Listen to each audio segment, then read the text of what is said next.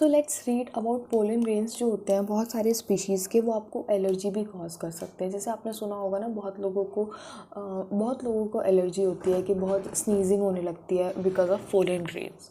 ठीक है, तो पोलन ग्रेन क्या कर सकते हैं, आपको एलर्जी भी कॉज कर सकते हैं और ब्रोंकियल एफ्लिक्शन भी कॉज कर सकते हैं, और कुछ क्रोनिक रेस्पिरेटरी डिसऑर्डर्स भी हो सकते हैं जैसे अस्थमा एक्सेट्रा। ठीक है, उसके बाद बोल रहे हैं जो आपका पार्थेनियम होता है और कैरेट ग्रास भी बोलते हैं उसको, जो कि इम्पोर्टेड वीट, जो हम बाहर से वीट लाते हैं उसमें एज अ कंटेमिनेटेड फूड, मतलब एज अ वेस्ट उसमें वो आ गया था पार्थेनियम या फिर हम कैरेट ग्रास बोल सकते हैं। वो क्या हुआ, वो फैल गया बहुत हमारे इंडिया में और उसने बहुत पोलन एलर्जी कॉज करी।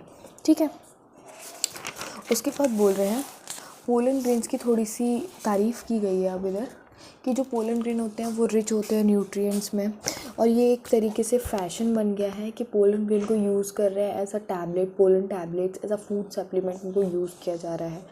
जो वेस्टर्न कंट्रीज़ हैं वहाँ पे large number of pollen products in the form of tablets and syrups are available in markets, even markets में भी अवेलेबल है। ठीक है, उसके बाद हम देखते हैं pollen consumption has been claim to increase the performance of athletes and the race horses. जो कि एथलीट्स हैं, जो कि दौड़ में आपका इन्हांस कर सकता है परफॉर्मेंस, और जो हॉर्स हैं जिनकी जैसे घोड़ों की दौड़ होती है, रेस होती है, तो उसमें भी हॉर्स की परफॉर्मेंस को इन्हांस करने के लिए हम पोलन टैबलेट्स का यूज़ करते हैं। ठीक है, पोलन प्रोडक्ट्स आपको दिखाए गए हैं ये कुछ। उसके बाद बोल रहे हैं when once they shed pollen have to land on the stigma before they lose the viability if they have to bring about fertilization। तो देखो, जो आपका एक बार पोलन ग्रेन है वो एक बार शेड हो गया, मतलब डिहाइसेंस हो गया, पोलन ग्रेन आपका बाहर निकल गया अंदर से, उसके बाद उसको क्या करना पड़ेगा, स्टिग्मा। जैसे देखो ये आपका स्टिग्मा हो गया, ये स्टाइल हो गया, ये ओवरी हो गई, तो पोलन ग्रेन को यहाँ पे स्टिग्मा पे आके लैंड करना पड़ेगा। ठीक है, उससे पहले कि वो अपनी वायबिलिटी मतलब एबिलिटी टू फर्टिलाइज उसको वो लूज़ कर दे, उससे पहले उसको they have to land on the stigma. ठीक है, हाउ डू, मतलब आप बोल रहे हैं कि इतना पोलन ग्रेन्स कितने टाइम तक अपना वायबिलिटी रिटेन कर सकते हैं। तो ये जो पीरियड है, the period for which pollen grain remain viable is highly variable, ये वेरिएबल है एंड टू सम एक्सटेंट किस चीज़ पर डिपेंड करता है वो देखते हैं, depend on the prevailing temperature and humidity. वहाँ का टेम्परेचर क्या है, वहाँ पे ह्यूमिडिटी कितनी है, इस चीज़ पर डिपेंड करता है।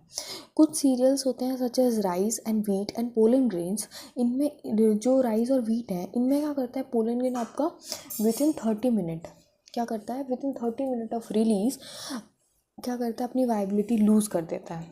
30 मिनट के अंदर यदि वो लैंड कर गया स्टिग्मा पे एंड फर्टिलाइजेशन हो जाएगा, कोई दिक्कत नहीं है, लेकिन 30 मिनट के अंदर नहीं हुआ तो it will lose it, grains will lose their viability.